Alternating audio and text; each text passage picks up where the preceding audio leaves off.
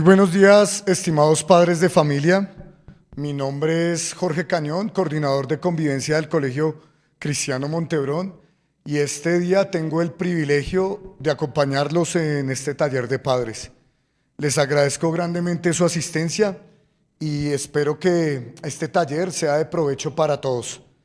El taller ha sido titulado de la siguiente manera: La importancia del no en la vida y crianza de los hijos. Vamos a iniciar con este taller de acuerdo a una lectura bíblica que se encuentra en el primer libro de Samuel, en el capítulo número 2, del versículo 12 al 17. Y de manera breve voy a hacer una lectura de estos versículos.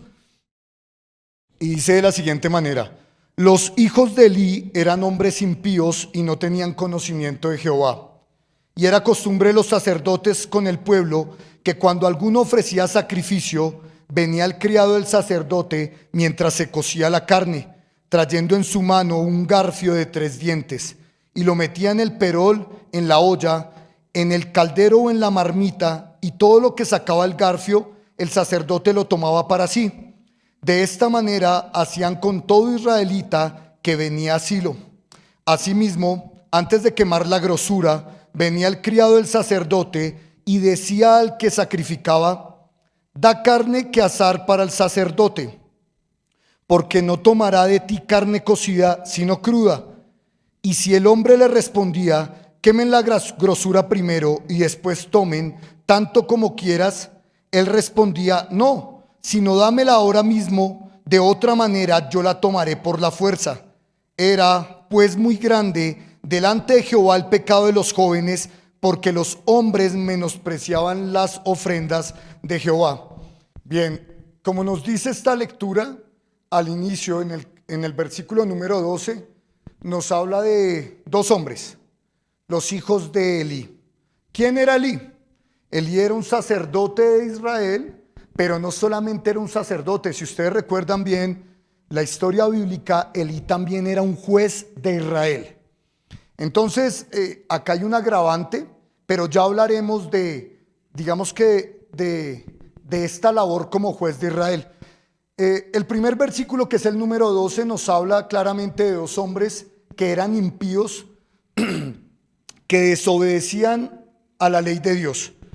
Si ustedes recuerdan, de acuerdo a la ley, a los sacerdotes se les permitía tomar de la ofrenda, pero solamente eso. Estos hombres tomaban de la ofrenda cuando querían y como querían. Y claramente esto desagradó a Dios tremendamente, y por esta razón, más adelante, ya que fue incapaz Elí de hacer un juicio, no solamente un juicio, sino de reprender a tiempo el pecado de estos varones, Dios hace un juicio sobre ellos. Y más adelante en ese mismo texto, en el siguiente capítulo, Dios, a través del profeta Samuel, hace un juicio, y estos hombres, como lo leemos en el libro, mueren, ¿no? Yo quiero que pensemos en algo, y es que cuando estamos leyendo o haciendo la lectura de estos primeros versículos, estos hombres, si eran hijos de un sacerdote, claramente conocían la ley de Dios. Entonces, esa es la primera parte. Y es que nuestros hijos, si bien pueden conocer la ley, las reglas, el modo en el que deberían actuar, qué no deberían hacer, del conocimiento a la aplicación hay un camino muy, muy grande. Esos varones conocían la ley, pero no la aplicaban y hacían claramente lo que ellos querían. Estaban por encima de la ley. Y cuando nosotros leemos la continuidad de este capítulo, también nos habla que no solamente hacían este tipo de pecado, sino que con su acción, con su actuar, con su testimonio, porque más que las palabras predica el testimonio, otros hombres del pueblo menospreciaban las ofrendas de Dios. No solamente esto, sino que también estos varones fornicaban con algunas mujeres que asistían y que presentaban sus ofrendas. Nosotros vemos claramente el actuar de estos varones, y la pregunta que viene a continuación es, pues, ¿por qué razón estos hombres actuaban de esta manera? Es un poco complejo a veces entender, pero cuando yo veo la Biblia, leo los versículos de la Biblia, entiendo claramente que estos varones crecieron sin ningún tipo de directriz, más allá del conocimiento de la letra muerta, de no tienen que hacer, no deberían hacer, pero simplemente con el conocimiento de la ley. Yo quiero que leamos nuevamente en el versículo 22 de ese mismo capítulo y vemos en dónde está el problema, cuál es el origen de esta conducta de estos varones. En el capítulo número 2 de 1 Samuel, versículo 22 dice: pero Elí era muy viejo y oía de todo lo que sus hijos hacían con todo Israel, y como dormían con las mujeres que velaban a la puerta del tabernáculo de reunión, y les dijo: ¿por qué hacéis cosas semejantes? Porque yo oigo de todo este pueblo vuestros malos procederes. En el verso 24 dice: no, hijos míos, porque no es buena fama la que yo oigo, pues hacéis pecar al pueblo de Jehová. Pues si nosotros vemos, el origen o el problema estaba específicamente en Elí, el padre de estos varones. Y si nosotros vemos, recordamos el título de este taller de padres, la importancia del no. Claro, en el verso 24 Elí lo nombra, dice: no, hijos míos, porque no es buena la fama que yo oigo. Lo primero que tenemos que analizar a través de este versículo es que Elí tenía el conocimiento del pecado que hacían sus hijos. Claramente, cada uno de los padres que hace parte de la comunidad educativa del Colegio Cristiano Montebrón, que convive con sus hijos, no solamente a diario, un fin de semana, en una salida, los conocen desde su nacimiento, tienen la claridad, ya sea porque lo han visto, ya sea porque otros han comentado de lo que hacen sus hijos, que está bien y que no está bien. Este varón Elí tenía el conocimiento de todo lo que hacían sus hijos, pero él simplemente charlaba con ellos. Yo supongo, esto es hipotético, los llamaba y les decía: hijos, he escuchado estas cosas acerca de ustedes, pero no deben actuar así, y pare de contar. Es decir, la forma en la que Elí criaba a sus hijos estaba totalmente en contra de lo que Dios, a través de la palabra, desde el principio hasta el fin, demanda que un padre debería hacer en el momento de corregir, instruir, guiar a sus hijos. Elí simplemente hablaba con ellos, les hacía un comentario como cualquier otro: ¿ya comieron? ¿Ya hicieron las tareas? Y pare de contar. Como coordinador de convivencia del Colegio Cristiano Montebrón, les puedo decir a través de mi experiencia, es decir, una forma de visualizar los hechos a través de mis ojos y mi percepción. Claramente, ustedes pueden pensar que se trata de una percepción subjetiva, pero yo estoy afuera, digamos, de un núcleo familiar, una familia que tiene un hijo que ha presentado ciertos inconvenientes dentro de sus procesos académicos y sobre todo convivenciales. Soy simplemente un espectador, y un espectador objetivo, porque veo lo que está sucediendo.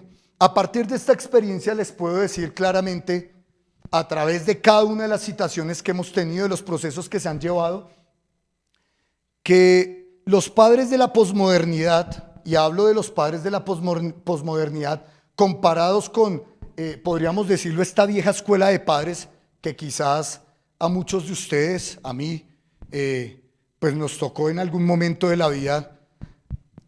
Estos padres de la posmodernidad tienen una tendencia, simplemente, con todo respeto a todos ustedes, tienen una tendencia simple a charlar con sus hijos, a comentar lo que está sucediendo: no vuelvas a hacer eso y pare de contar. Y si nosotros vemos, es el modo de actuar de Elí ante el pecado de sus hijos. Entonces hablamos de esto y pare de contar. Por eso este tipo de actitudes en nuestros hijos se repiten y pueden inclusive llegar a hacerse patentes. Cada uno de ellos ya perpetúa una conducta y esa conducta no solamente los deshonra a ustedes en casa, sino que también hablan de una manera equivocada, porque la Biblia dice que somos luz en este mundo que está lleno de oscuridad. Habla de una manera equivocada de nuestro testimonio. Cuando se realiza cualquier citación, inclusive en medio de la citación, hay una charla padre e hijo. ¿Por qué haces esto? ¿Qué es lo que está sucediendo? Y si bien no todos los casos son iguales, claramente vamos al extremo de la situación. Los padres en muchas de las situaciones terminan diciendo: no, mister, nosotros ahorita ajustamos en casa. Al otro día, cuando de la misma boca de nuestros estudiantes sale: no, mister, a mí me hablaron de tal cosa y mi castigo fue no ver televisión durante un mes. Pues no ver televisión a través de un aparato electrónico, pues sabiendo que hay otros aparatos electrónicos y que ustedes saben que estos muchachos juegan muchísimo con las normas, pues mi papá solamente me prohibió no ver televisión, pero en el hogar hay tabletas, celulares, computadores. Entonces, esa norma, digamos que se puede mover, se puede flexibilizar, y ahí vienen otros problemas. Pero dicho de la boca de los mismos estudiantes, pues ese fue el castigo. Muchos de mis estudiantes me han dicho: no, mister, a mí me sentaron en el momento de la cena en la noche cuando llegó mi papá, y mi papá me dijo que no lo volviera a hacer, y paré de contar. Entonces, la actitud del colegio ante ciertas situaciones es una, y la actitud de los padres de familia en casa es otra. Claramente, nosotros tenemos un bien en común, sin el afán ni el deseo de cosificar a nuestros estudiantes, pero nuestro bien en común es un individuo que está en un proceso de formación y que claramente nosotros deberíamos trabajar en pro de la formación de estos niños, no solamente en términos del temor a Dios, sino claramente a través de una jerarquía de leyes que rigen este sistema. Si bien muchas cosas están erradas y conforme pasa el tiempo, lo que es bueno se está llamando malo y lo que es malo se está llamando bueno, nosotros deberíamos trabajar de una forma conjunta en pro del desarrollo del bienestar de estos muchachos. Y el bienestar no significa que ellos estén cómodos en todo lo que hacen, todo lo contrario, significa que cada uno de nosotros es un actor, y un actor principal en la formación de estos muchachos que claramente tienen una tendencia o llevan una tendencia a escoger lo malo. Yo siempre pongo este ejemplo, y cuando se sale con un niño, vamos a dar una vuelta y el niño tiene la opción de elegir entre comer quizás una ensalada o comer una hamburguesa, siempre la elección va a ser comer la hamburguesa. Bueno, habrá casos excepcionales donde no les guste la hamburguesa, pero entiendo, comprendan el paralelo. Cada vez que un muchacho tenga en sus manos elegir, por lo general, elegirá lo que no es correcto, movido a través de su propio pecado, movido a través de la curiosidad, de lo que su entorno le está empujando a hacer, porque este entorno, a través de los medios de comunicación, de todo este auge de la tecnología y lo mediático, pues le empuja y le mueve a hacer. Así que él tomará una decisión equivocada, ¿no? Quiero continuar con esta historia que estamos en alguna medida analizando a través de la perspectiva bíblica, y es que hay un problema grave, y yo me pregunto por qué él simplemente hablaba con ellos y no había nada más. Es decir, no había otro tipo de actitud frente a la actitud de sus hijos, a su comportamiento, a sus acciones. Y es que simplemente puedo pensar que el sacerdote no veía la gravedad de lo que hacen sus hijos. Yo quiero que allá en sus casas busquen rápidamente en el capítulo 3 del libro del profeta Jeremías, en el versículo 9, y este versículo dice lo siguiente: y sucedió que por juzgar ella cosa liviana su fornicación, la tierra fue contaminada y adulteró con la piedra y con el leño. La palabra clave en este versículo es juzgar cosa liviana. Y volvemos al inicio. Si ustedes recuerdan, Elí no era solamente un sacerdote, sino era un juez. ¿Y qué pasó? Yo puedo sobreentender que para Elí lo que hacían sus hijos no era de gravedad. Juzgaba como cosa liviana lo que hacían sus hijos. Entonces viene el segundo problema, y el problema es que un padre de familia, cuando escucha un reporte académico, simplemente puede juzgar como cosa liviana o ver la gravedad a través de la ley, de la palabra de Dios, la gravedad de las acciones de sus hijos. En muchos casos siempre ocurre lo primero, se juzga como cosa liviana. Pero luego, ¿cuál es la gravedad de eso? ¿Qué es lo que pasa luego? Por ejemplo, si hablamos de la cantidad de tiempo en términos de la exposición a pantallas, pero luego no todo el mundo ve televisión, no todo el mundo utiliza celulares o tablets, no todo el mundo ve programas, no todo el mundo ve series, no todo el mundo juega. Pues si desde la directriz inicial, la autoridad principal, que es el padre y la madre en casa, no hay un discernimiento de la gravedad de las acciones, pues claramente se está juzgando como cosa liviana, y por eso nosotros entramos en una competencia, podríamos decirlo así, de aplicar las normas que han sido institucionalizadas con la negación a esa norma desde las directrices de la casa. En muchas situaciones, como les digo, padres, esta es una forma en la que yo puedo percibir cada uno de los sucesos a través de cada uno de los procesos disciplinarios. En muchos de los hogares inmediatamente sucede eso. No, mister, a mí no me parece grave. Yo no voy a hacer eso. Yo no voy a quitar esto. No voy a sancionar. Una serie de comentarios que simplemente, en conclusión, no están viendo la gravedad de lo que está sucediendo y de las acciones de una persona que apenas están en una etapa de desarrollo.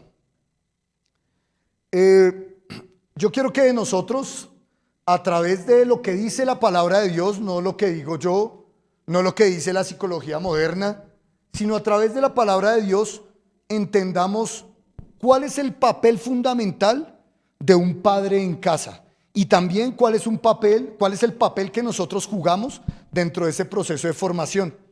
Lo primero es que, si nosotros observamos esta historia, el no de Elí fue un no sin autoridad, sin disciplina.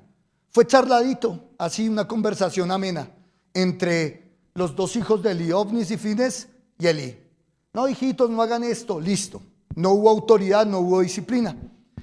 Así que lo primero que debemos tener en la cuenta a partir de este momento, si es que usted se ve en alguna medida movido, pues quizás a obedecer, no a obedecerme a mí, no, sino a obedecer lo que vamos a leer, que está establecido en la Biblia, a reconsiderar que todos estos procesos, cada uno de nosotros no nació con el conocimiento, como se dice vulgarmente, no nació aprendido, pero que a través de Dios sí podemos llegar a establecer esas directrices, normas, reglas que son necesarias e indispensables en los procesos formativos de nuestros hijos. Así que lo primero es, obviamente, la importancia de establecer normas, de establecer reglas y las consecuencias de no cumplirlas. Quiero que por favor también busquen el libro de los Proverbios en el capítulo número 3, en el versículo 24. Y dice lo siguiente: el que detiene el castigo a su hijo aborrece, mas el que lo ama desde temprano lo corrige. Volvemos a la historia de Elí y sus dos hijos. Él comentaba lo que ellos hacían mal, pero no había castigo, no había corrección, simplemente un comentario, un pie de página en un texto donde él decía: no hagan esto, y pare de contar. Es que si ustedes ven el verso, ni siquiera les dice: no, no hagan esto. Hijos, yo he escuchado esto que está pasando. Con todo respeto a ustedes, hijos, en el colegio me comentaron que están haciendo esto. Hijos, me dijeron tal cosa, no, no, así no es. Deberían hacer esto. Creo que este versículo va en contra de toda la propaganda de la psicología moderna, con todo respeto a todos los padres de familia que son psicólogos, pero esa psicología fundamentada en hablar con los hijos, esa psicología fundamentada en no castigues, más bien guía, no grites, más bien charla, que tiene como resultado pues una generación que ha crecido totalmente alejada del temor de Dios. El versículo es claro: nosotros no estamos acá incitando la violencia, ni tampoco quiero que ustedes vean este taller de padres como los mecanismos para golpear con severidad a su hijo. No, estamos hablando de la corrección oportuna, del momento en el que se debe hacer, cuándo hay que hacerlo. Y eso solamente Dios lo pondrá en cada corazón que esté dispuesto a obedecer. Quiero que también leamos en la carta de los Hebreos, en el capítulo 2, en el verso 7, y dice lo siguiente, dice: si soportáis la disciplina, Dios os trata como a hijos, porque ¿qué hijo es aquel a quien el padre no disciplina? Entonces, acá ya aparece la palabra padre y muestra una de las características del padre. ¿Qué padre es aquel el que no disciplina? Ser padre está ligado de manera inherente a la disciplina. Este versículo es claro: si soportáis la disciplina, Dios os trata como a hijos. Es decir, tratar a mi hijo como hijo y tomar el rol de padre, sí o sí implica disciplinar y corregir. Esto no es negociable. Creo que acá no hay un pie de página que me dice: solamente si tú consideras que es correcto corregirlo o disciplinarlo. No, es una máxima. El padre, cuando ama a su hijo, lo disciplina. No hay nada más. Hay que disciplinar. Yo no puedo simplemente comentar. Debo tomar una acción que delante de la presencia de Dios será recompensada, no en algo material, sino en la dirección que van a tomar las almas de estos niños que están en un proceso de formación. Quiero por favor también que allá en casa busquemos el capítulo número 18 del primer libro de la Biblia, del Génesis, en el versículo 19, y dice: porque yo lo he escogido para que mande a sus hijos y a su casa después de él, que guarden el camino del Señor. Cada uno de nosotros ha sido escogido, y en esa elección, dentro de una humanidad que se rige bajo los estamentos de la oscuridad, del pecado, Dios nos escogió. Y nos escogió ¿para qué? Para mandar a sus hijos que guarden el camino del Señor. Y obviamente el camino del Señor está escrito, está codificado y decodificado en cada uno de los versículos, desde el inicio de la Biblia hasta el fin, desde el Génesis hasta el Apocalipsis. Cada uno de esos versículos es un manual de vida que nos indica lo que agrada al Padre y lo que no agrada. Y claramente cada uno de nosotros, cada uno de los padres de familia, tiene esa lección sobre su vida y debe aplicar esa lección por la cual el Señor nos llamó.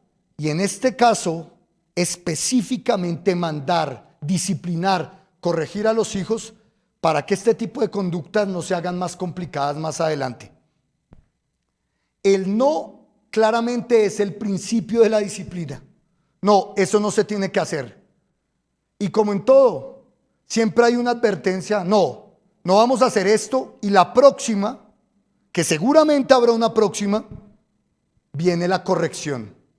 Y gústele a la gente de una manera o no le guste, si Dios determinó esta forma de crianza, de guiar a los hijos es porque es una forma que da resultado. Ya vemos que las consecuencias de las charlitas no son como muy claras frente a la corrección de ciertas conductas. Quiero que también recordemos un versículo que está también en Proverbios, en el capítulo 22, versículo 6, y creo que es un versículo que está muy referenciado hacia las etapas o la transición cronológica de nuestros hijos, ¿no? Instruye al niño en su camino y aun cuando fuere viejo, no se apartará de él. Nos habla de esa transición desde que son niños hasta que son viejos.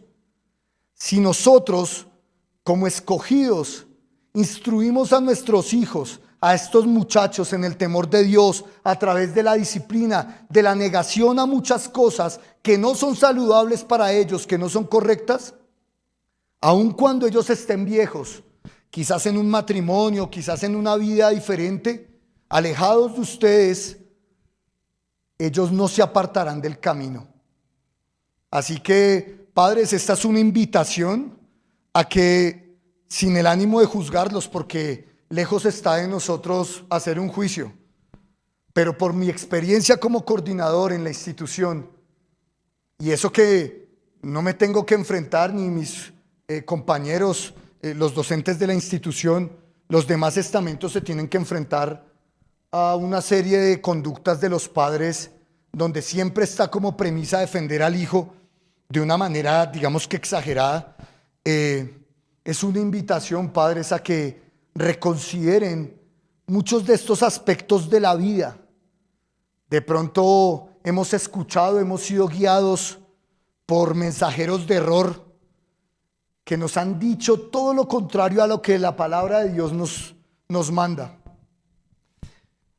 Quiero hablar de otro tema en especial y tiene que ver con las leyes universales, ¿no?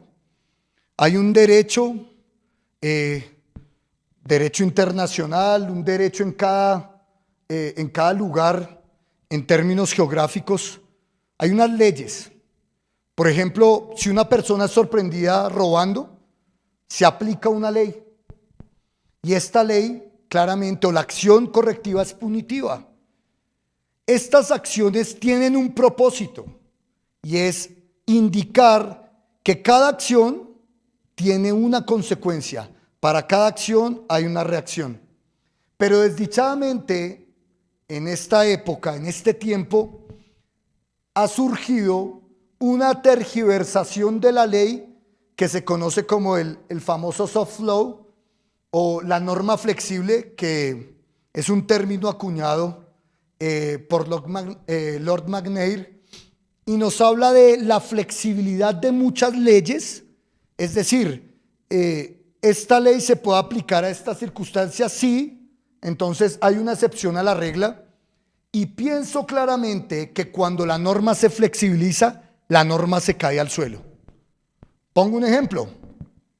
Recuerdo el año pasado hubo unas actividades donde algunos de nuestros estudiantes tenían que grabar unos videos.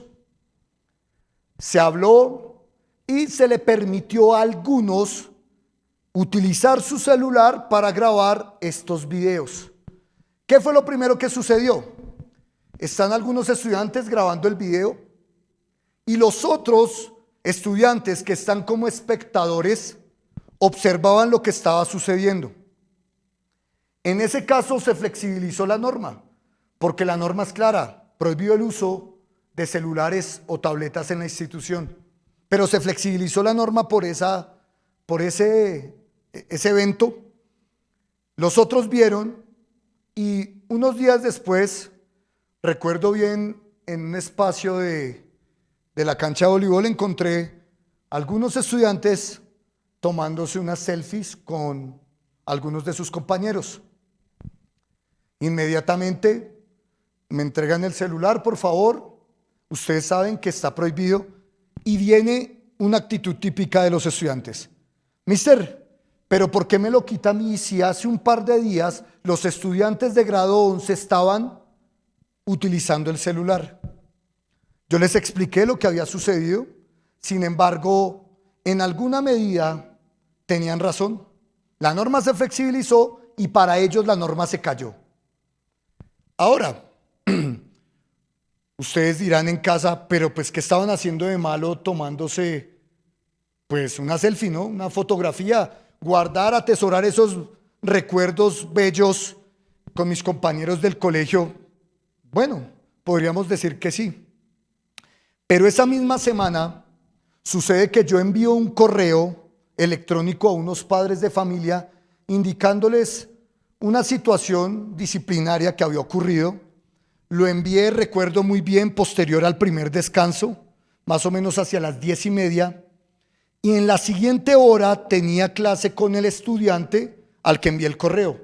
Cuando llega el estudiante a mi aula me dice: Mister, ¿por qué le enviaste ese correo a mis papás? La pregunta del millón acá es, ¿él cómo sabía que se le había enviado un correo?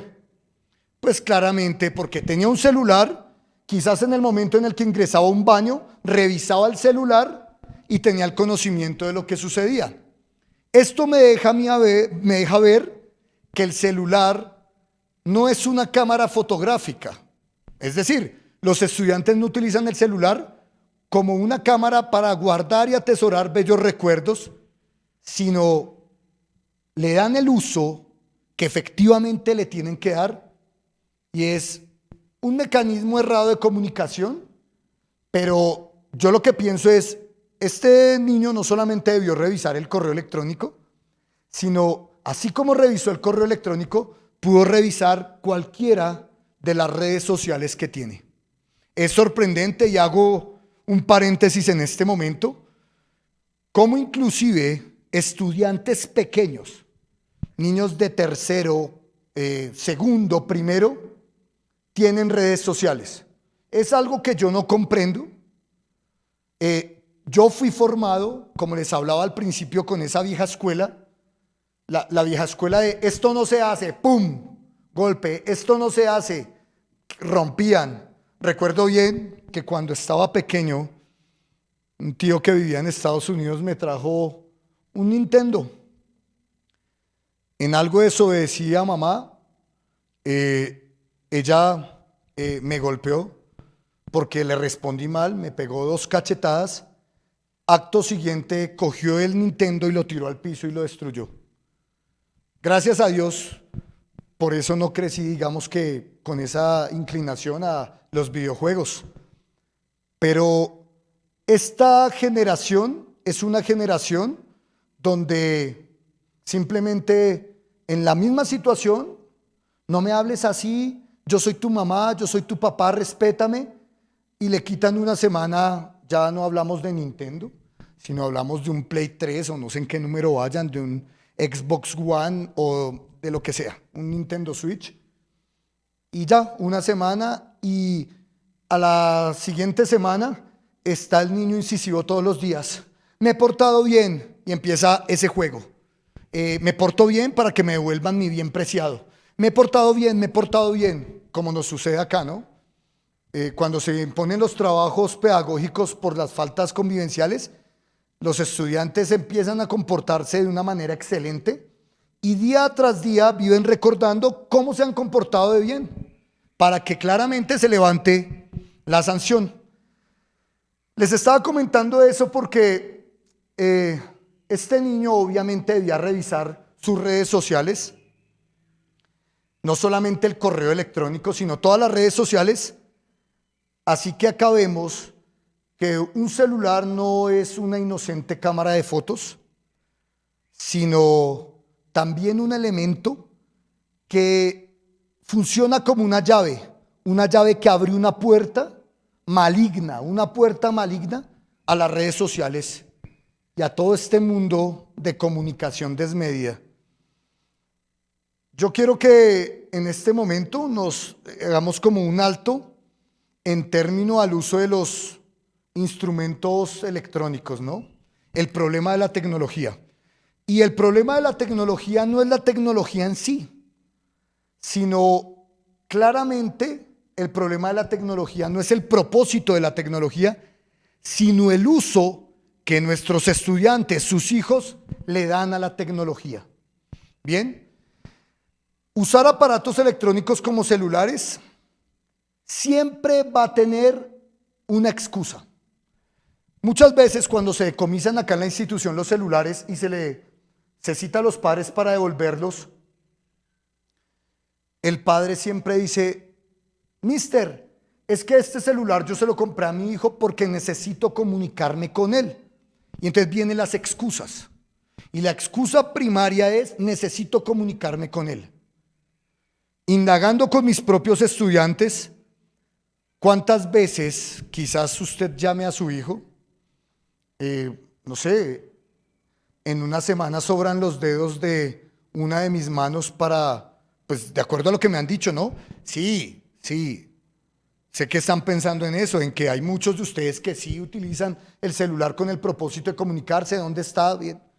Pero mi pregunta es esta, ¿no? O sea, si ese fuese el propósito, teniendo la conciencia de lo que se vive, de lo que se ve, de lo que se aprende a través de las redes sociales y de este mundo mediático, pues si mi propósito es comunicarme, ¿por qué no simplemente compro un celular que no tenga acceso a este tipo de plataformas y simplemente sirva para recibir y hacer llamadas? Si ese es el propósito, ¿no? Pero no. Como todo en este mundo está movido por el auge, por las modas, pues deben tener un celular, un smartphone que tenga la capacidad de navegar en la red, que tenga la capacidad de ingresar a cualquier tipo de plataforma. Mister, pero es que yo tengo control parental sobre ese celular. Sí, pero creo que estos niños ya vienen con un chip tecnológico y tienen los mecanismos, unos mecanismos sorprendentes para poder violentar todos estos elementos del control parental. Ya saben qué pueden hacer. Si entran de modo incógnito a tal página, pueden abrirlo desde otro portal y etcétera, etcétera. Cosas en las que no profundizaré. Pero el uso que nuestros estudiantes le dan al celular, en un 95% es un uso equivocado. Yo quiero que escuchen a continuación. Les voy a nombrar a un hombre, un médico alemán llamado Rainer Thomasius, que es director médico del Centro Alemán de Investigación de las Adicciones en la Infancia y en la Adolescencia. Hicieron un estudio, el estudio inició en enero de 2020. Ese estudio, porque inicia en enero de 2020, inicia en el momento en el que por la pandemia del COVID, pues la mayoría de personas estaba encerrada. Y digamos que como para menguar esos espacios de encierro, empezaron a consumir pantallas, series, películas, redes sociales, ¿sí? Entonces ese estudio empieza en esa época y terminó el año pasado. Y él entiende a través del trabajo de campo que la adicción a la tecnología, a las pantallas, a los celulares es peor que la adicción a muchos de los psicoactivos. Hace un estudio en comparación con todos los complejos, no solamente hormonales, sino los neurotransmisores que, digamos, empieza a movilizar el consumo de la marihuana, del cannabis, en comparación con todos esos complejos, todas las zonas del encéfalo que se activan por medio de las pantallas. Y por esto generan unos estados de dependencia emocional. Lo grave es que acá ya hemos involucrado las emociones de dependencia emocional a estos aparatos. Este año, pues esta palabra probablemente esté acuñada hace un tiempo, pero este año les pido excusas por la voz porque estoy un poco mal de la voz. Este año, digamos que entró en boom una palabra y la palabra es nomofobia. ¿Qué es la nomofobia? Es la necesidad emocional, el miedo irracional a estar sin un teléfono móvil. Nosotros pudiesen escuchar los testimonios de mis compañeros. Nosotros acá en la institución lo hemos visto.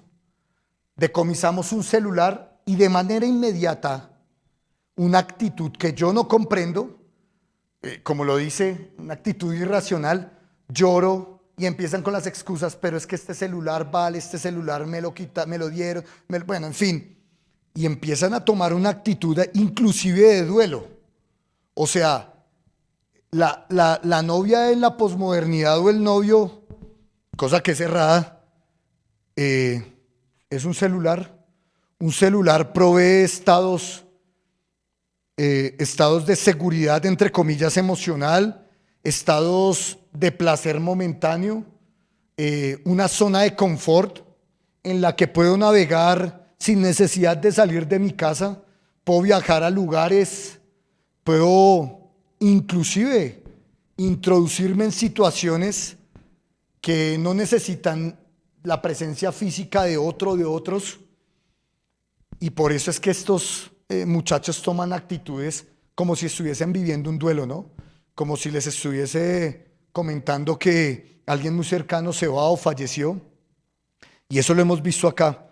Esta semana en las noticias salió una noticia de una niña de 11 años en la Ciudad de México, a la que su mamá le quitó el celular porque la niña pues estaba como muy sumergida en las redes sociales. La niña entró en un grado de depresión, es verídico, pueden buscarla, y la niña se quitó la vida por la ausencia de su celular. A este tipo de conducta se le conoce como nomofobia. Así que, pues padres, creo que estamos enfrentando una nueva adicción, y es una adicción que, podríamos decirlo, comprende muchas adicciones. Porque el celular es la llave, como les decía, que abre la puerta de la pornografía, que abre la puerta de las redes sociales y de toda esa dinámica negativa que manejan las redes sociales, como la implantación de estilos de vida. Acá durante muchísimo tiempo se hicieron virales muchos videos, esos pequeños cortos que fueron muy famosos en TikTok de bailes, y nosotros veíamos a niños de transición primero y segundo replicando estos bailes. Pues, ¿qué hay de malo en ello? Pues creo que no era el Patito Juan, sino eran canciones mundanas que tenían un contenido explícito, pero ellos imitaban, porque nosotros, los seres humanos, desarrollamos muchas de nuestras facultades a partir de la imitación, ¿no? El lenguaje, muchos comportamientos son el reflejo de lo que pudieron ver en su infancia primaria, pues a partir de la imitación. Entonces venían acá a imitar, y pues sin llegar a juzgar, ¿no? Pero pues ¿dónde estaba el padre de familia que juzgó liviana esa actitud, ¿no? Más adelante, no lo digo por nuestros estudiantes, porque sé que a través de la oración, de la oración de ustedes, del hecho de que ellos sean escogidos, pues Dios les ha guardado mucho su vida, pero muchas de estas niñas que quizás iniciaron replicando videos en TikTok, ya en su adolescencia y adultez, continuaron replicando, pero otra serie de conductas. Mujeres que hacían exactamente lo mismo y que se dieron cuenta que sus páginas, sus redes, bueno, eran muy visitadas, cuando en cada baile se suprimía o se vestían de una manera un poco, podríamos decirlo, provocativa. Así que es una puerta que se abre a temprana edad para un tsunami de conductas que probablemente ya cuando estén grandes sea muy difícil de controlar, ¿no? Tengo unos datos, me gustaría que escucharan. El 60% de los jóvenes que están expuestos a pantallas sufre el riesgo de insomnio. Y pues es que esto tiene una explicación física y una explicación biológica. Las pantallas de los celulares emiten en gran proporción una luz azul. Esa luz azul engaña al cerebro, esa luz azul o luz blanca engaña al cerebro, indicándole al cerebro que aún es de día. Por eso, cuando llega la hora de dormir y antes de dormir un estudiante toma su celular, empieza a revisar sus redes sociales o bueno, empieza a leer la Biblia, lo digo de manera irónica, aunque también puede ser así, pero el celular, por la emisión de esa luz, inmediatamente engaña al cerebro y por eso, creo que hasta nosotros como adultos nos ha pasado. Yo he llegado muy agotado a la casa después de un día de trabajo, estoy revisando un correo, leyendo algo y pese a que esté muy agotado, inmediatamente se quita el agotamiento por eso, por este engaño, porque el cerebro piensa que la emisión de esta luz blanca o azul es de día, entonces cambia su ciclo de sueño. Ustedes ven en vacaciones, probablemente usted que está en casa y lo haya visto, que los muchachos en vacaciones pueden durar, inclusive pueden pasar toda la noche sin dormir a través de la exposición a pantallas, ¿no? Este dato es importante y el estudio que hizo Tomasius arroja que 1 hora de pantalla o de exposición a cualquier pantalla es igual a 24 minutos de insomnio. 1 hora de exposición a pantallas es igual a 24 minutos de insomnio. Es un dato importante para que ustedes piensen en lo nocivo del solo hecho. No estamos ahorita en alguna medida midiendo qué es lo que están viendo a través de los celulares, sino solamente la exposición a la pantalla del celular, del televisor, del computador. Pero cuando hablamos de esto, hay una conducta repetitiva cuando se está mirando el celular en la noche, cuando se está perdiendo vilmente el tiempo, y es que hay una palabrita utilizada para esto y se llama scroll, y es pasar el dedo. Tomasius lo llama el scroll infinito, porque uno entra a una red social, voy a poner el ejemplo de Instagram, y usted empieza a pasar, digamos, las publicaciones de Instagram, y es como si usted no se saciara de ver eso, y pasa y pasa y pasa, y cuando usted menos se dio cuenta, han transcurrido 2 o 3 horas del preciado tiempo. Un tiempo que pudo haber sido invertido en, sí, la lectura de la Biblia, en la oración, no sé, en muchas cosas, y pues se perdió tiempo de una manera visceral, ¿no? Otro problema es que cuando yo estoy charlando a través de WhatsApp, por ejemplo, y ya me voy a dormir, el hecho de que yo tenga la conciencia de que en la charla en la que estoy con una persona o en un grupo, pues probablemente me respondan, me escriban, va a mantener en estado de alerta mi cerebro, en especial el inconsciente, pese a que yo esté intentando dormir. Entonces, como va a mantener alerta, cualquier mínima vibración o destello de luz de la pantalla, inmediatamente me pone en alerta y esta acción interrumpe el sueño. Entonces, las notificaciones a partir de las charlas en la noche, pues generan o ponen en el cerebro estados de alerta, ¿no? Y esos estados de alerta no permiten que un niño, un estudiante, pueda dormir, digamos, como de manera correcta, ¿no? Quiero que escuchen una palabra, un texto, perdón, una frase de Jorge Mauricio Borja. Pues él hace contenido, él es periodista, pero aparte de ser periodista, digamos que ha estado haciendo investigaciones de campo sobre el uso de las redes sociales, el uso de los celulares en los jóvenes, y él escribe claramente que la tecnología no es el problema, el uso que le dan los adolescentes y los niños, sí, es el problema. Entonces sí podemos entrar en materia de lo que están viendo nuestros hijos.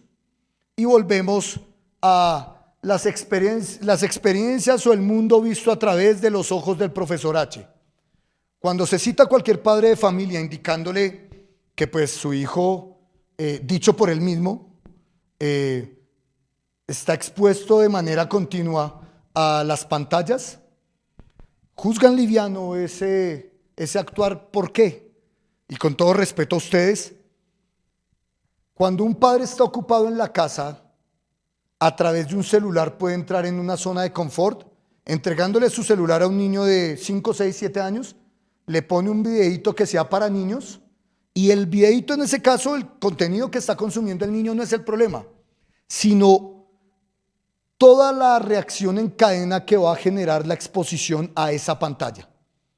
Si ustedes se dan cuenta, hay niños, yo lo he visto en centros comerciales, que para lograr la atención del papá están gritando, están llorando, como se dice vulgarmente, haciendo pataleta.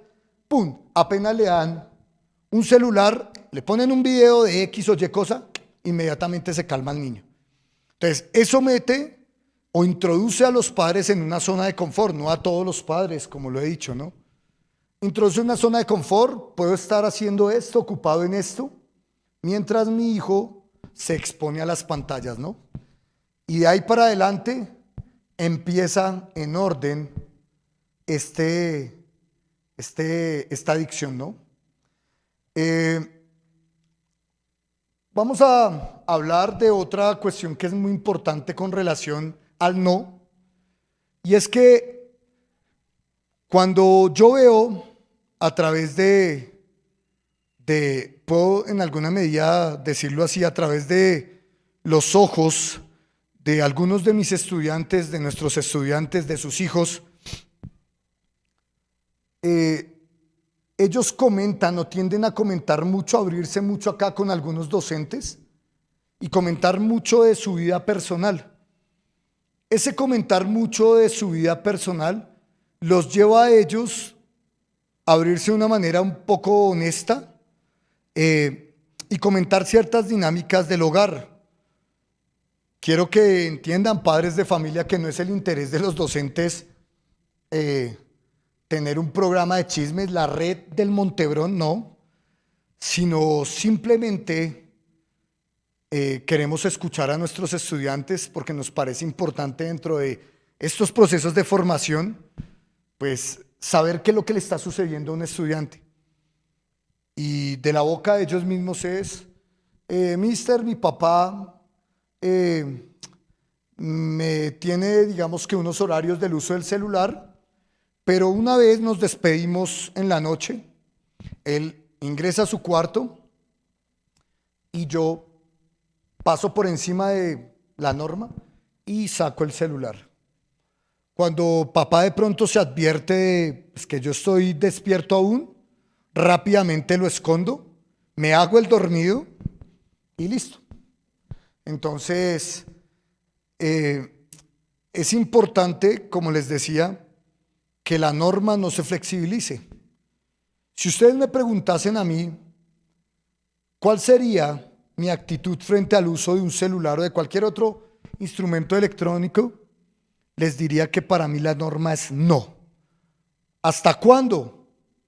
Hasta que cada uno cumpla la mayoría de edad y tenga la capacidad económica de comprarse sus propios elementos.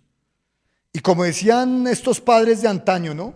Mientras usted viva bajo este techo, esté en estas 4 paredes, se hace lo que yo diga. Y es que claramente esa debería ser la actitud de un padre. No dicho por mí, sino dicho por la Biblia. Esa es la actitud de un padre, guiar. Decirle no a nuestros hijos no implica que los estemos privando de experiencias sobrenaturales o excepcionales, sino simplemente que a través de la experiencia yo ya viví, no quiero que mi hijo repita esta acción. Y si no lo viví yo, para eso tengo, obviamente, una cantidad de experiencias de otras personas que vivieron situaciones similares y que saben las consecuencias de estas situaciones. Así que decir no no implica negar a mi hijo una experiencia que puede ser todo lo contrario a lo que creemos enriquecedora, sino puede ser altamente destructiva. Para mí es importante que no solamente los padres de la institución, sino cualquier padre, no para mí, pues en este caso que tengo el privilegio de estar en este taller, es importante que cualquier padre de familia entienda que el ser padre no es ser un amigo. El padre jamás debe ser amigo del hijo. Y quiero que ahí pensemos un momento en el hecho de que no se trata de no poder hablar con nuestros hijos, no escucharlos, no hablarles, no comprenderles, compartir experiencias. Me sucedió esto cuando yo era joven, pasó esto. No, no me refiero a eso. Pero esa idea posmoderna de que el padre es amigo del hijo le quita de manera inmediata cualquier forma de autoridad que el padre se ha ganado por el solo hecho de ser padre. Esa autoridad se pierde, se diluye en medio de las palabras. Hijo, cuéntame qué fue lo que te sucedió hoy. ¿Por qué hiciste eso? Y ustedes que son padres allá en casa, ¿saben lo hábiles que son estos muchachos para mentir, para engañar, para enredar, para presentar diferentes versiones? Porque una versión es allá, otra versión es acá. ¿Cuál es la versión verdadera? Solo Dios lo sabe. Pero yo siempre debería tomar una actitud, y la actitud que yo como coordinador de convivencia siempre tomo, y que ellos lo saben, es que siempre doy por hecho que no es así. Y ustedes dirán, bueno, mister, entonces la subjetividad de su percepción puede llevarlo a cometer injusticias. Claro, así puede ser, pero viene la otra parte de los procesos disciplinarios, y es la parte de la investigación. ¿Qué de lo que mi estudiante me ha dicho es cierto y qué de lo que mi estudiante me ha dicho no es cierto? Y creo que esa debería ser la conducta, ¿no? Es decir, en casa se perdieron 50,000 pesos. Yo le pregunto a través de una charla amena a mi hijo si él tomó esos 50,000 pesos, y él me dice, no, no sé de qué 50,000 pesos me estás hablando. Y listo, hasta ahí quedó todo. Si lo dice mi hijo es así. ¿Por qué? Porque es así. O sea, ¿en qué nos fundamentamos si hablamos en términos bíblicos para decir que lo que diga ese niño, que apenas está en un proceso de formación, es verdad? Entonces vendría la parte en la que el padre debería investigar, saber qué fue lo que sucedió para no cometer una injusticia. Y una vez descubra la verdad, pues tendrá que imponer un castigo, una sanción o no. Eso depende de cada uno. Pero eso se hace acá, entonces yo doy siempre por hecho que no es así. Hay una película, no hablaré de esa película, pero en la película habla de una tendencia, digamos, militar que utiliza el Ejército de Defensa israelí. Y esa tendencia natural la llaman el 10º hombre. Sí, en una película la nombran, esa tendencia natural. Digamos, dentro de los procesos de entrenamiento del Ejército de Defensa israelí, ¿no? Del IDF. Entonces, si de 10 varones, 9 están de acuerdo con un suceso, con la investigación, las obras militares de inteligencia, etcétera, le corresponde al 10º partir del hecho de que los demás, los 9, están equivocados. ¿Sí? Y pues cuando yo reviso la Biblia, leo la Biblia, hay un precepto de Dios clarísimo: maldito el hombre que confía en el hombre. Podremos modificarlo dependiendo de, pues, el caso. Maldito el hombre que confía en su hijo. Maldito el hombre que confía en el adolescente. Maldito el hombre que confía en como sea. Hombre implica todos los grupos de la humanidad. Así que este décimo debe rendir todos sus esfuerzos para comprobar que los demás, los otros 9, se están equivocando. Puede que al final, a partir de todos sus esfuerzos, haya determinado que los otros 9 estaban en la razón, estaban en la verdad, pero esto le corresponde al décimo hombre. Creo que esa es la premisa con la que muchos de nosotros realizamos investigaciones adicionales, escudriñamos lo que está sucediendo para evitar, digamos, caer en errores de injusticia, ¿no?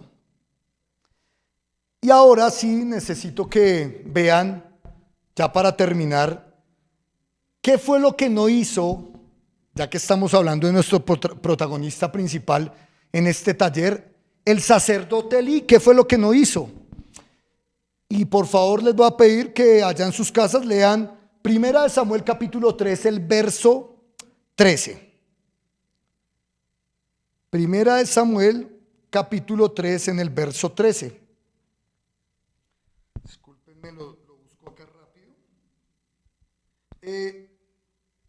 Este Samuel 3:13 tiene una palabra que me parece a mí muy, podríamos decirla, muy precisa para lo que hemos estado analizando este día. Y la palabra precisa es, si ustedes ven en el versículo, dice que Elí no estorbó el pecado de sus hijos. No estorbó. Entonces, en estos artículos de quien hablamos hace un momento, de Jorge Mauricio Borja, él dice que la labor de todo padre es incomodar. Este señor periodista no es cristiano para nada, pero pues aplica una lógica natural, y él dice que la labor de los padres es la de incomodar lo que más puedan a sus hijos. Y cuando yo hablo de incomodar, sí, efectivamente tiene que ver con eso, con incomodar. Mi hijo se acaba de encerrar en el cuarto, abro la puerta, él cita estos ejemplos, abro la puerta y me hace un favor, en mi casa no hay puertas cerradas, ¿sí? Porque el hecho de cerrar la puerta de una habitación, pues ellos quedan expuestos al maligno que está siempre como león rugiente viendo a quien devora, parafraseado, ¿no? Y están a la merced de los ataques del maligno a través de la tecnología, de lo que sea. Pero eso significa incomodar. Mi hijo acaba de entrar al baño y lleva 10 minutos en el baño, pero ¿qué sucede? ¿Está enfermo? ¿Qué está pasando? Incomodar. ¿Qué es lo que usted está mirando? Déjeme mirar. ¿Qué es lo que usted ve? ¿Qué es lo que sus ojos están viendo en este momento? ¿Qué es lo que usted está hablando? ¿Por qué está hablando con esta persona a estas horas de la noche? Para nosotros es una gran sorpresa, es sorprendente, pero a lo largo de este trabajo como docentes, creo que cada uno de nosotros es un libro de experiencias, y es sorprendente ver cómo dentro de esas experiencias, muchas de esas están fundamentadas en las conductas que, pues digamos, no podemos a veces entender, ¿no? Pondré un ejemplo. Muchos de nuestros estudiantes, de manera libre, lo dicen. No nos lo dicen a nosotros. Lo dicen a uno y ese uno riega la ola. O quizás sí no lo dicen a nosotros, pero mister, este fin de semana estuve en una fiesta de un compañero del colegio. Estuve en una fiesta. Ajá, ¿y qué pasó? Uy, mister, como extraña la fiesta, pusieron reggaetón en la fiesta. Sí, bastante extraña, ¿no? Uy, no, mister, y pues recuerdo bien las palabras de un muchacho, es que en esa fiesta dieron vino.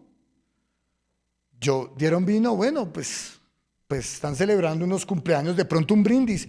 No, había cervezas, había vino, y yo, pues es sorprendente eso, ¿no? Mister, es que yo fui a cine con tales Y mis papás me llevaron, claramente estaban ellos. Y bueno, les pregunto siempre, ¿y su padre ingresó al cine con ustedes? No, nos esperaron afuera. Ah, o sea, ustedes quedaron solos en una sala que luego queda en oscuridad, aproximadamente entre 1 hora 20, 2 horas, quedaron oscuras, solos, sin la presencia de un adulto responsable. Es interesante eso. Mister, es que yo le comenté a mis papás, es que mis papás ya saben que a mí me gusta tal niña, y les comenté eso a mis papás y mis papás la invitaron a almorzar. Ah, sorprendente esto. Y mi pregunta siempre está ahí, lo hemos charlado con mis compañeros de trabajo, pues ¿por qué sucede eso? Cuando se cita a los padres, muchos tienen una actitud bastante asertiva. Mister, muchas gracias por comentar esto, estaré muy pendiente. Le pido el favor que si usted ve algo, los profes ven algo, por favor no lo comenten. Claro, este no es el momento, este no es el tiempo. Pero muchos dicen, yo no le veo nada de malo a eso. Él me cuenta a mí todo y él me cuenta que a él no le gusta esa niña, que es una amiga. Y pues, ojalá fuesen el 10.º hombre, ¿no? Pero no. Entonces, ¿son muy crédulos o simplemente algunos de los padres, vamos a suponer padres que no hacen parte de la comunidad educativa del Colegio Cristiano Montebrón, entran en la zona de confort porque saben que va a requerir, va a demandar energía, esfuerzos, estar limitando ese tipo de conductas en nuestros hijos? Pero simplemente tomamos la actitud de, ok, son solo amigos, ¿bien? Por ahí hay un adagio popular, el adagio es fuerte y dice que, no sé si esté bien, puedo equivocarme probablemente, y dice, el hombre es fuego, la mujer es estopa y llega el diablo y sopla. No es un adagio popular cristiano, o sea, eso no está en Primera de Reyes o en Crónicas, no. Sí, obviamente Dios lo explica de otra manera a lo largo de la Biblia, cuando nos cuenta la historia de José, ¿no? Cuando nos habla en Primera de Corintios capítulo 6 sobre la fornicación, etcétera. Pero por una lógica, digamos como universal, si cada uno de los padres, de las madres que vivieron, que tuvieron experiencias también en la adolescencia, agradarse en una u otra persona, saben que esa dinámica es así. Entonces, por eso les digo que me pregunto, o sea, no entiendo bajo qué argumento un padre de familia puede llegar a ser crédulo. Y padres, yo quiero decirles con todo el corazón que la intención jamás de este taller de padres o de todas las dinámicas de la institución tendrán como un propósito juzgar la labor como padres o lo que ustedes hacen. Jamás. Pero sí de pronto apercibirlos de lo que está sucediendo, porque como les decía, yo soy un actor objetivo en una situación que es ajena a mí. Es ajena en la medida en la que no soy el padre de estos niños, no soy la madre, soy un actor, un espectador, pero un espectador al que Dios también le pedirá cuentas por lo que yo tuve que hacer, pude hacer y no hice, como a cada uno de mis compañeros de trabajo. Por eso ellos llegan hasta cogernos algunos aversión por esas conductas, ¿no? Padres de familia, la claridad de lo que está bien y de lo que está mal está determinada, lo dice la Biblia, en la conciencia. Cada uno nos acusa la conciencia. No hay nada que me acuse en esta mañana de este taller, no pasa nada. Que Dios bendiga esos procesos de formación. Si hay algo que me acusa, no lo acuso yo, no lo acusa la institución. Su conciencia es lo que usted sabe que está bien, pero en este momento la importancia de este taller es que no le entreguemos en bandeja de plata la vida, el alma de de estos niños que son tan preciados para Dios al maligno. Por eso es importante decir no y estorbar el pecado. Es necesario.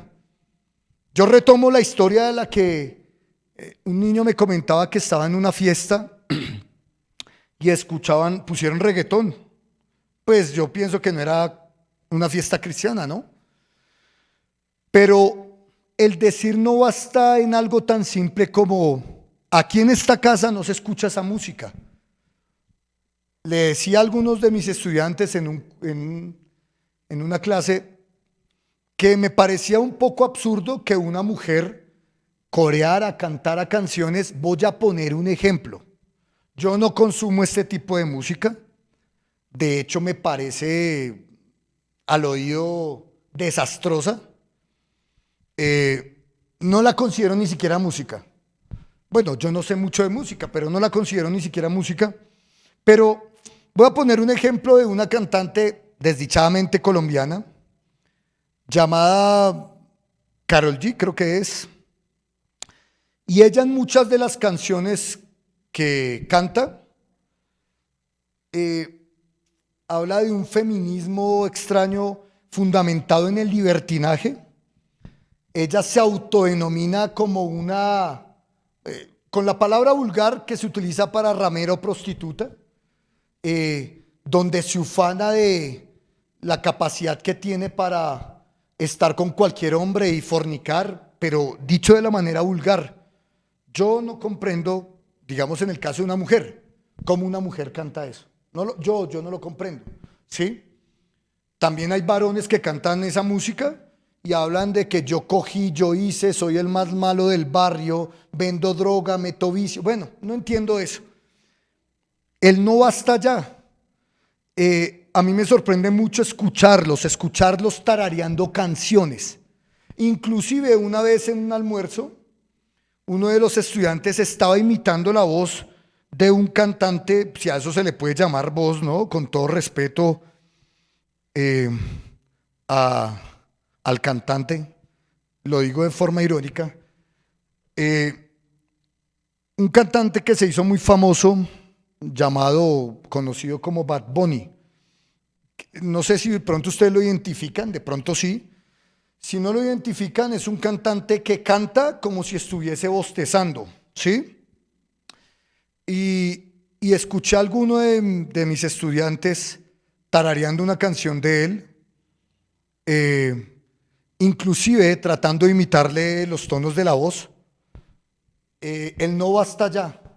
Le dije, qué pena, pero eso acá no lo viene a cantar, porque como ya lo hemos socializado en este taller, los estudiantes tienden a replicar, a imitar.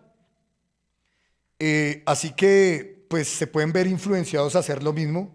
Dije, no quiero que por favor cante esto acá, esto no lo edifica a usted en nada, no edifica a nadie. Le pido el favor que no.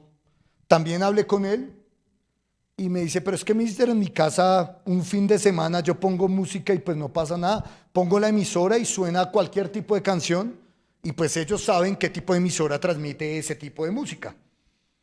Hasta allá va el no, padres. Una estudiante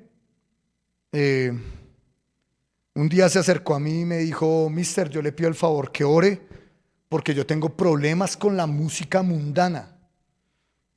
Yo, ¿en qué sentido? Me decía, yo escucho a toda hora, mister, al punto que yo debo vivir con unos audífonos. Cuando estoy en la casa me encierro, estoy haciendo mis tareas y debo mantener los audífonos escuchando música mundana. ¿Yo qué tipo de música? Yo escucho a Karol G, a Shakira, a estos íconos, Becky G, reggaetón de Bad Bunny, no sé, Wisin y Yandel, bueno, en fin. Literalmente los recuerdo porque me los nombró. Y ella me decía que el problema es que ella ya tenía o empezó a tener sueños donde los sueños representaban de una manera visual o imágenes de las canciones. Y creo que para todos es claro que estas canciones en su gran mayoría tienen un contenido sexual explícito.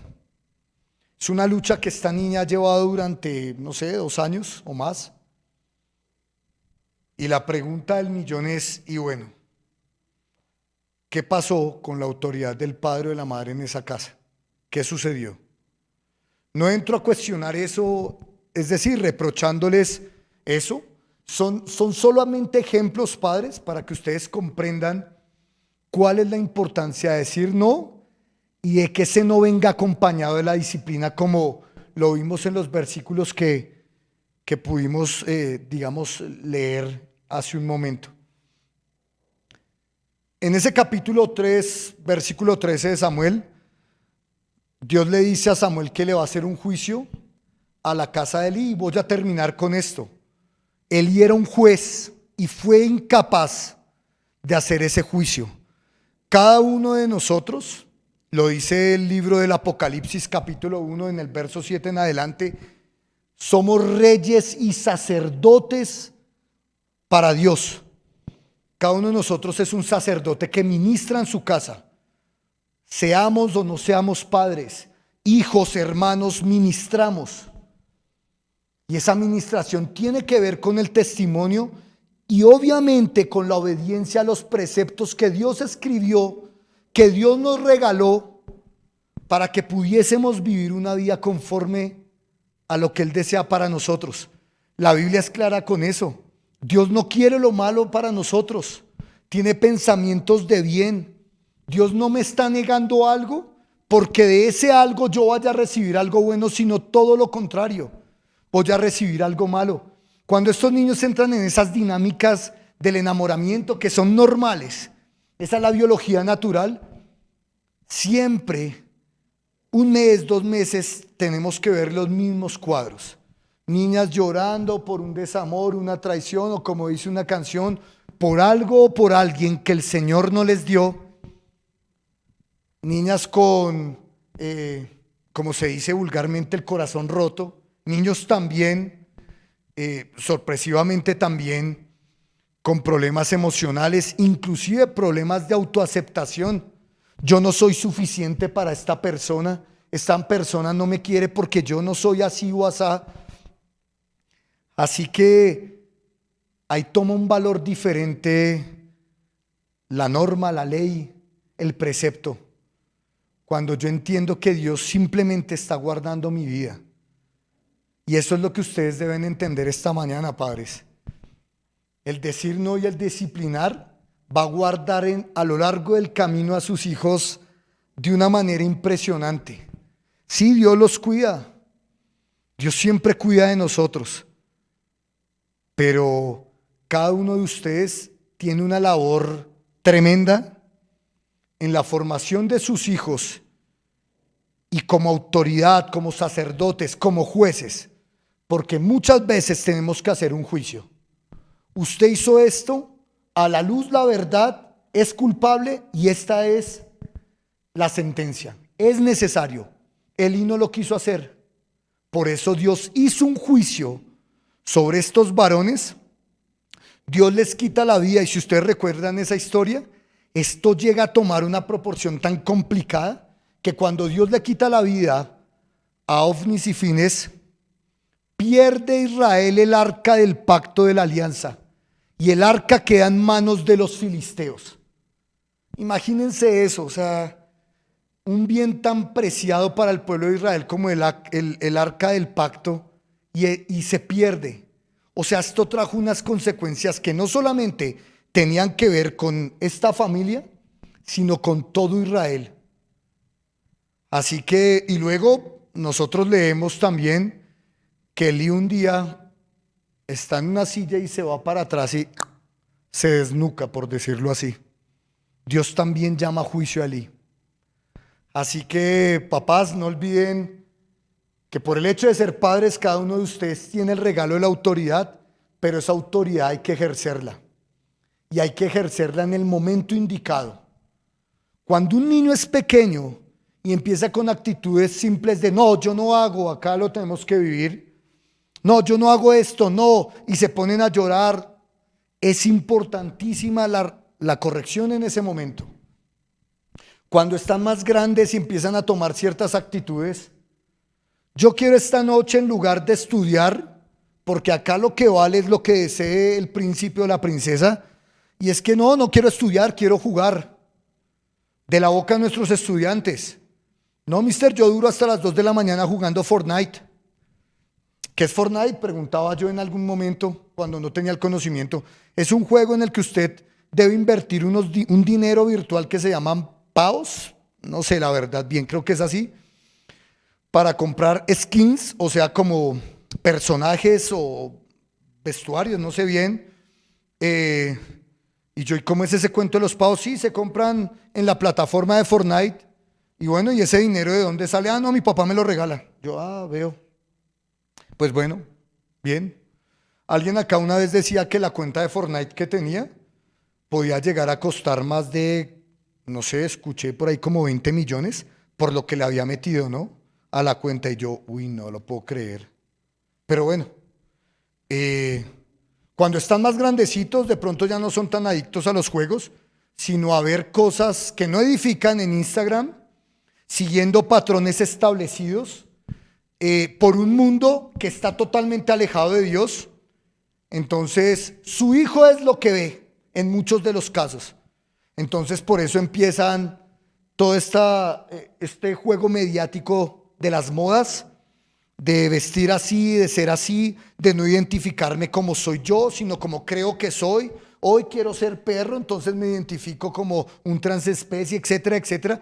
A eso es que están expuestos sus hijos diariamente cuando toman un celular y abren lo que ellos consideran que está bien. Ahí es donde el padre de familia va a decir, no, esto usted no lo puede ver, no lo va a tener más. Y pues creo que como una medida preventiva debería ser la suspensión del uso de cualquier tipo de dispositivo electrónico, en especial el celular. Da que inclusive muchas de las universidades, escuelas ya se están sumando a esta prohibición. No estoy hablando del pueblo cristiano, estoy hablando de un mundo secular que también ha entendido que a partir del uso de estos dispositivos, los estudiantes, estos adolescentes empiezan a presentar trastornos. Queridos padres, espero que este taller de este día no sea considerado como un juicio, un señalamiento, sino como una alternativa, un precepto que Dios nos ha regalado y que a través de la comprensión, de la objetividad, del uso de la autoridad y de la importancia de la palabra no, del no con firmeza, de no un no flexible, hoy sí, mañana no, ustedes tengan las herramientas precisas que Dios determinó para la crianza y formación de estos niños.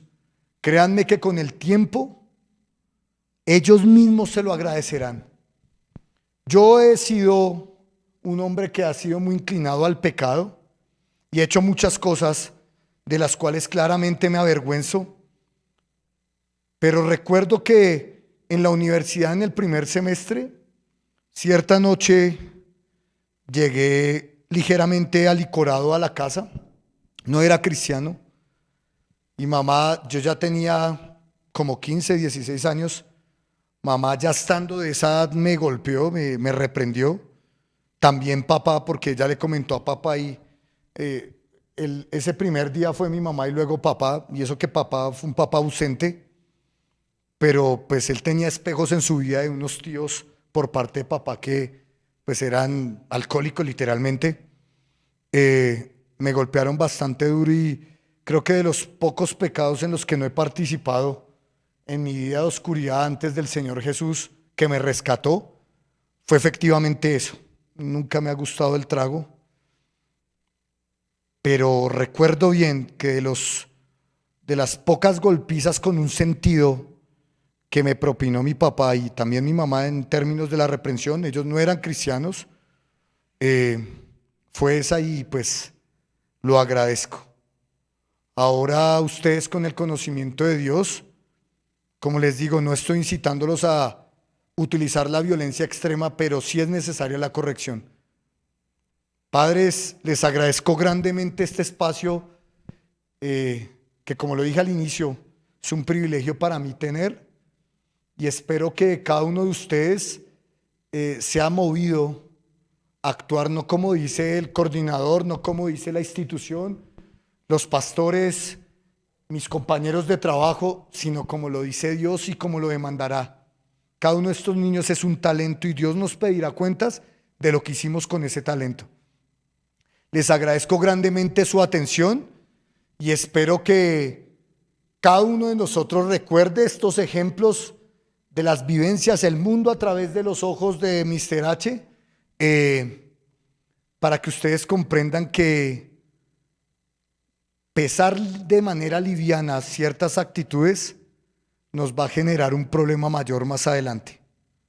Es siempre preferible pecar por exceso que por defecto. Gracias, Dios los bendiga y espero que tengan un feliz fin de semana. Muchas gracias por su atención.